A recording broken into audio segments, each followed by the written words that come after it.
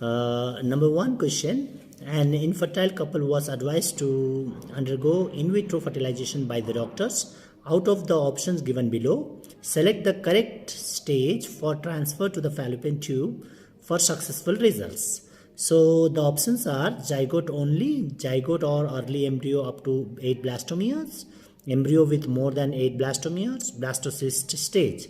So we know what does in vitro fertilization means. It means it's test tube baby, where we are taking out the gametes of the male as well as female outside the body, and in similar conditions we are going to fertilize them.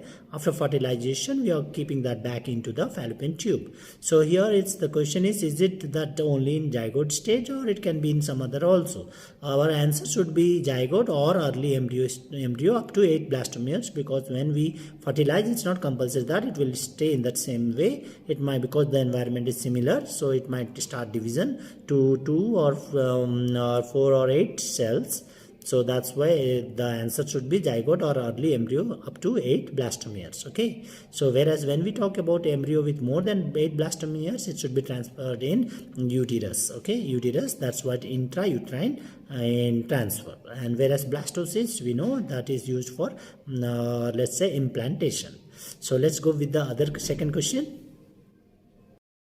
Apis mellifera, or killer bees possessing toxic bee venom. Identify the treatment and the type of immunity developed from the given table to treat person against the venom of this bee.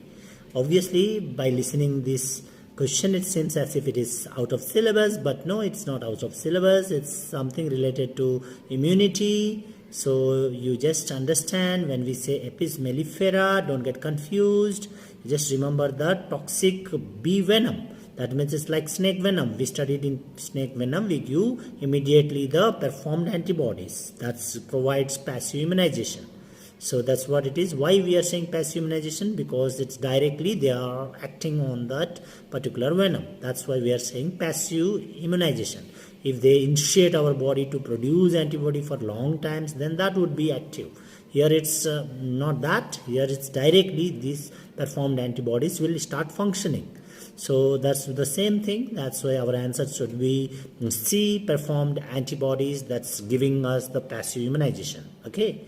So inactive proteins and active, no. Protein of the venom, passive, no. Performed antibodies for giving passive immunization to our body. Okay. And dead microorganism active, no.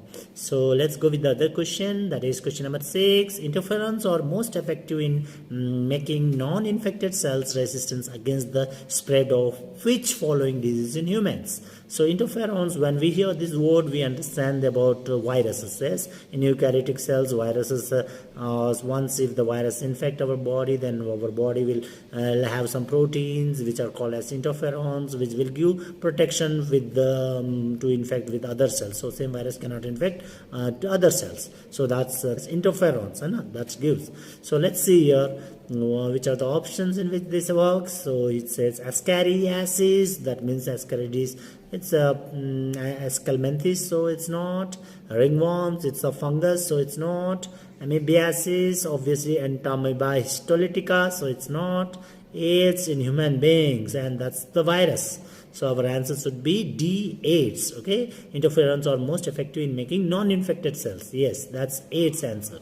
So we know about AIDS that we don't have a remedy, complete remedy for the AIDS, but we can prevent it from infecting other cells. So we can slow down its metabolism. So we can increase the lifespan of a human being who got AIDS if we are giving proper treatment. So though we don't have a permanent solution, but we have something. So that's what is here. So let's go with the other question. It's question number 7. Which of the following water samples in the table given below will have a higher concentration of organic substance?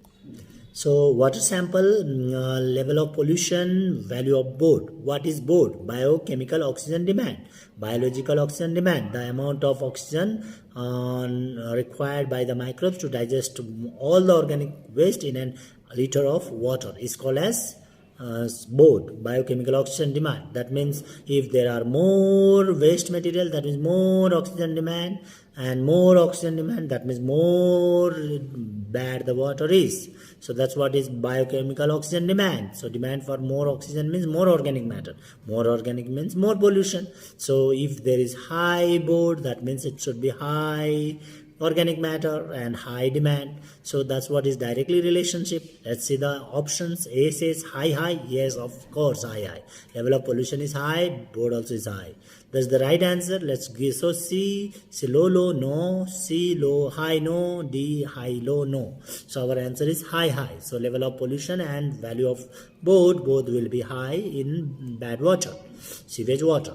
Let's go with the 8th question. We have a figure over here. We can see figure below shown has a structure of a plasmid. We know PBr 322. Yes, that's what it is. So here it's shown about ampicillin resistance gene, tetracycline resistance gene. PBr 322 name is given in the center, and OR is given and ROP is given. BAMH1 is given in tetracycline resistance gene. That's all labels are been removed. So we can understand now what does it mean. It is going to ask something related to tetracycline and BAMH1. That's what we understand. Let's see. Now, oh my gosh, the question is a bit complicated. Let's understand what might be the answer. If foreign DNA was ligated to BAMH1, obviously tetracycline will get inactive then. So the transformants, that means the one which we are going to find out, were then grown in a medium containing antibiotic tetracycline and ampicillin resistant genes. Both if you are doing it, then it will not grow obviously. Choose the correct options in the growth bacterial colonies from the given table. Medium with tetracycline will not grow. So our answer must be somewhere B and C then. And then medium with ampicillin will grow. So our answer is B. Tetracycline will not grow, and medium with ampicillin will grow. So our answer should be B. So obviously we understood this question. Given below are 4 contraceptive methods and their modes of action. Select the correct match.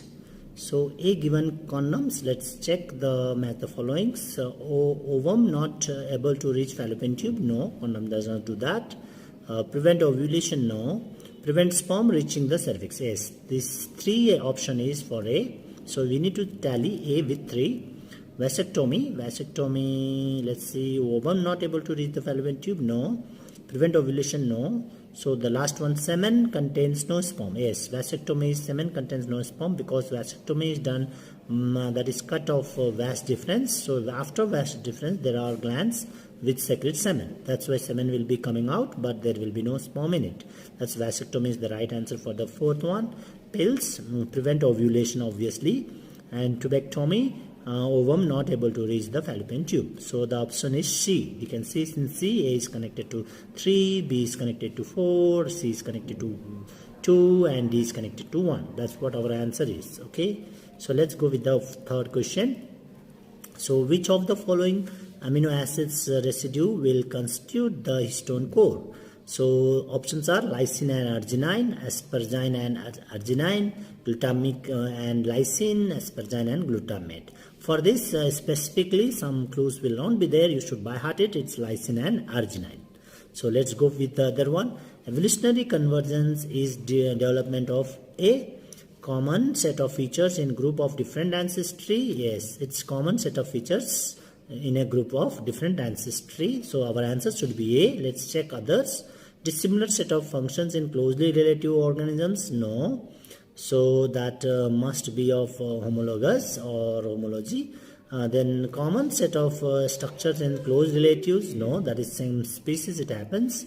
Then dissimilar set of functions in unrelated groups. There is no relation then. Okay, our answer is A. So let's go with the 9th question. Swati was growing a bacterial colony in a culture flask under ideal laboratory conditions where the resources were replenished.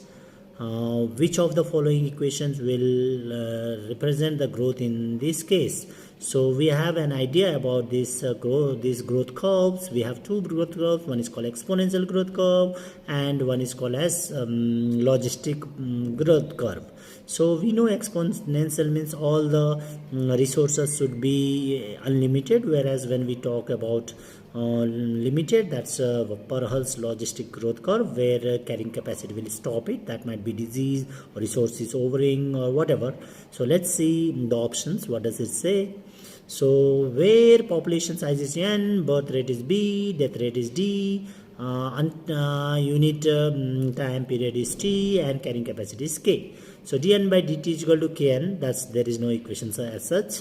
Dn by dt is equal to Rn. Yes, this is there. This is for exponential if it is. Let's read other options. Dn by dt is equal to Rn into k minus n by k. This is also there for Parhal's logistic growth curve. This is the limited one. Dn by dt is equal to Rn, k minus k plus n by k. That's not an equation, wrong equation. So we had two options, that is B and C. If we see that this says something regarding continue growing, then that would be B, and if it says it stopped growing, then that should be C. Let's see. Swati was growing a bacterial colony in a cultural flask under the ideal laboratory condition where the resources were replenished. Replenished means added again. Finished, once again added. That means it should be a B answer. Dn by dt is equal to Rn, because it is an exponential growth curve. Let's go with the other question now. So sea anemone gets attached to the surface of the hermit crab. The kind of population interaction exhibits in this case is amensalism. Amensalism means 0 and negative. Negative and 0. Whereas commensalism means positive and 0, or 0 and positive. Mutualism means both positive positive. Parasitism means positive negative. Negative positive. So that's why our answer C anemone gets attached to the surface of the hermit crab. So hermit crab won't get any benefit out of it. That's why our answer should be commensalism. That is 0 and positive, or positive and 0. Fine. So let's go with the 11th question. Which of the following food chains is the major conduit for energy flow in terrestrial and aquatic ecosystem? So when we say conduits means the medium for transferring the energy. So you know that in terrestrial ecosystem, when the plants or animals die, then in between there are some microbes that are going to conduct it. That's why the answer should be detritus. Its starting should be detritus food chain here in terrestrial, whereas in aquatic ecosystem it should be grass, because phytoplanktons are the one which starts it. So fine. So our answer should be C, that is detritus and grazing. So you might be confused with grazing and grazing both. So be bit careful here. Terrestrial we have detritus food chain, and aquatic we have grazing food chain. So which of the following is an example for executive conservation? So sacred groups, the one which we protect for the different sacred purposes. So that's sacred groups. We don't manipulate it. National parks, yes, they are the huge forests which we consider as national park, and we don't interfere, or we don't keep or take out the animals or plants. Biosphere reserve, they are bigger than national parks, so they are also done the same. Seed banks, yes, this one we are taking out the seeds and putting in our banks for preserving in artificial conditions. So that is ex situ. Yes, ex situ means taking out from its natural condition and keeping in artificial conditions so that they will be conserved. So for example, zoos and these botanical gardens, and then seed banks, sperm banks, blood banks, all these are all ex situ conservation type. So our answer is D. So let's go with the question number 13 to 16, consists of statements, that is assertion and reasoning. I have already talked about assertion and reasoning in another video. You can just check that, or else I am going to continue over here. Here we have A, B, C, D. A consists of A and B, both are true, and A is the correct explanation. Second says A and B are true, but is not correct explanation. A is true, R is false, A is true. So this is what we have to read it. So let's see, 13th question. Assertion, what does the assertion say? It says apomictic embryos are genetically identical to their parent plant. Yes, apoptotic means it's actually physically it appears to be sexual, but it is actually asexual. In an asexual, they are identical. That's correct.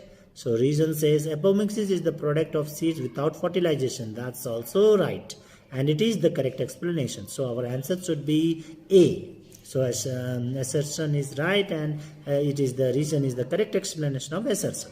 Let's go with the 14th question. Assertion, when white-eyed, yellow-bodied Drosophila females were hybridized with the red-white, brown-bodied males, and F1 progeny were intersex crossed, F2 ratio deviated from 9:3:3:1.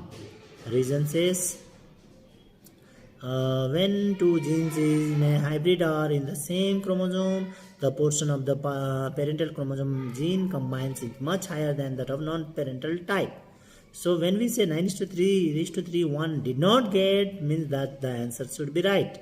Yes, when it is F1 to F2 generation, there should be ratio 9:3:1 unless the 5 factors. So if that we know, that is about here it is about hybridization or recombination. So how does that happen? Because when two genes in an hybrid are in the same chromosome, that happens. So the proportion of the parental gene combination is much higher than that of non-parental type. So that's why the ratio we don't get 9:3:1. That's right explanation. So it's also should be A. So to say that A is right, B is right, and A is the right, R is the right explanation of A. Obviously. Let's go with the 15th question. This says functional ADA cDNA genes must be inserted in the lymphocytes at the early embryonic stage. Yes, it must be. That's right, true. So reason says cells in the embryonic stage are mortal, differentiated, and easy to manipulate. Easy to manipulate? No, that's not true. Easy to manipulate, we cannot manipulate. So A is right and B is wrong. That means A is right and reason is wrong. So our answer should be C.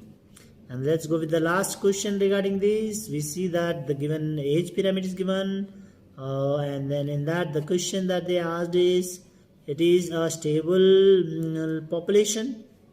Yeah, it seems to be stable because we see the state thing near to state. Reason says the pre-reproductive and reproductive individuals are almost in equal number. Yes, we see that. And the most post-reproductive individuals are relatively fewer. Yes, true. Because of that only we call this as stable. Yes, this is A answer. This explanation is absolutely right. So that's what it is. Let's see the 17th question now.